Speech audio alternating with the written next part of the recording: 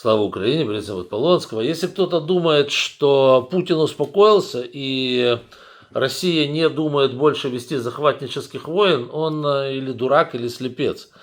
Значит, смотрите, на сегодняшний день, вот вы удивитесь, но Россия пошла строить лагеря, казармы, склады для оружия, для боеприпасов, для танков и так далее по финской и севернее по норвежской границе. Если кто не знает, там на самом севере есть еще участок норвежской границы с Россией. Так вот, ребята, буквально в нескольких точках возле норвежской границы, там вообще рядом с границей строится здоровенный военный лагерь, расширяется существующий.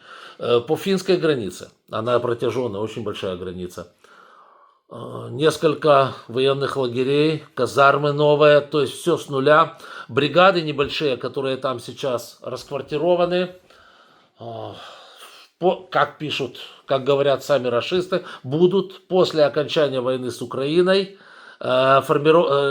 расформированы и переформированы далее в дивизии по 10 тысяч человек каждая. Вот чтобы вы просто представляли. Приблизительно та же картина на границе с Эстонией. Кроме того, что там строится вся военная инфраструктура, туда еще и подтягиваются новые железнодорожные линии, новые автодороги. Самое интересное, ребята, что вот рядом живут вот эти местные ватапитеки, вот в Карелии, там, да, вот эти местные, в этих деревнях, там просто, ребята, там ни дорог нет. Там ничего нет, вообще там все разваливается к черту, да, там жуть и кошмар. Люди живут в каких-то первобытных условиях, но буквально там, вот Выборгский район взять, да, буквально там в 10-15 километрах от их разваливающихся, либо уже вообще законченных деревень, то есть там вообще уже никто не живет, все развалилось, зато воинская часть строится, аж гай шумит. Понимаете, да, то есть на избирателей Путину начхать от слова вообще. Ну, понятное дело, если мы сейчас видим, он их просто тупо утилизирует в Украине в промышленных масштабах. Вот. Зато к войне с НАТО или непонятно к чему он готовится. Ну, к войне с НАТО, не к войне с НАТО, не совсем понятно. В любом случае, смотрите, очень многие, в том числе и я, когда Путин наращивал свои усилия на границе с Украиной, считали, что это все нервы, знаете, игра нервов. Что он просто-напросто парит мозги, что ничего не произойдет. Да я сам дня за 3 до нападения путинского рейха на Украину говорил, что этого не будет. Что этого просто не может быть, потому что это идиотизм. И это действительно был бы идиотизм. И это был идиотизм. Но Путин это сделал. Вот, собственно говоря, и все. Мы не знаем, нападет он на какую-то из стран НАТО, не нападет. Но те же самые западные обозреватели, которые сейчас оценивают такую возможность, говорят, что она довольно высока. Чудика вообще ничего не сдерживает. Чудик попробовал крови. Собственные потери его не смущают.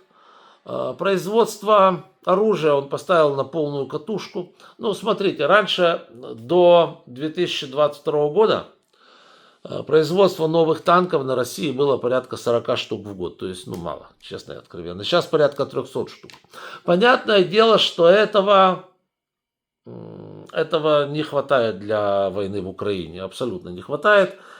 Но если вы посмотрите на сегодняшний день, он пытается на фронт отправлять, во-первых, мало танков, да, вы видите по потерям. Не потому, что наши плохо воюют, не так много танков выбивается, а просто потому, что они их придерживают. Они их не пускают в ход.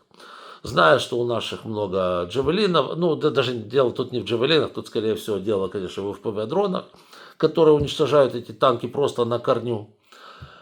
И он бросает, скажем так, в бой либо же отреставрированную советскую технику, либо же технику, которая уже была в армии, получила те или иные некритические повреждения, ее восстановили и опять-таки ее в бой. Минимальное количество танков Т-90 бросается сегодня в мясорубку. Они прекрасно знают, что эти танки спалят. Но стоп, они же их где-то накапливают для чего-то. Вот. И вот после того, как эта война закончится, я не знаю на самом деле, когда она закончится, никто не знает, потому что мы имеем дело с сумасшедшим. Вот. Но Бог его знает. Бог его знает. И вот западные обозреватели спрашивают себя, куда эти танки будут развернуты. Мы не знаем. Дело же не только в танках. Вот. И они сходятся во мнении в том, что Путин может попробовать напасть все-таки на балтийские страны, Эстонию, Латвию, Литву одновременно и попытать счастье там. Что там получится, я не знаю, но вот они смотрят на нерешительность союзников, они смотрят э, на то, как ведут себя сегодня Соединенные Штаты. Трамп сказал, что он ни капельки не верит в то, что Путин нападет на какую-то из европейских стран. Ни капельки не верит. Ну да, я же тоже за это. Вот так вот, друзья мои. Так что, видите, учитывая ну, они там реально ведут сейчас колоссальные работы в Карелии, а также в Ленинградской области воссоздали Ленинградский военный округ, в котором я, кстати, служил 40 лет назад или больше. Вот, воссоздают Ленинградский военный округ. Это же не просто так все делается. Вы поймите правильно. Железнодорожные пути, автодороги, все это делают не для гражданских. Эти дороги ведут в никуда с точки зрения логистики. То есть гражданских там деревень нету, вот этих городов каких-то нету. Железная дорога в какую-то воинскую часть упирается. Для чего это все делается?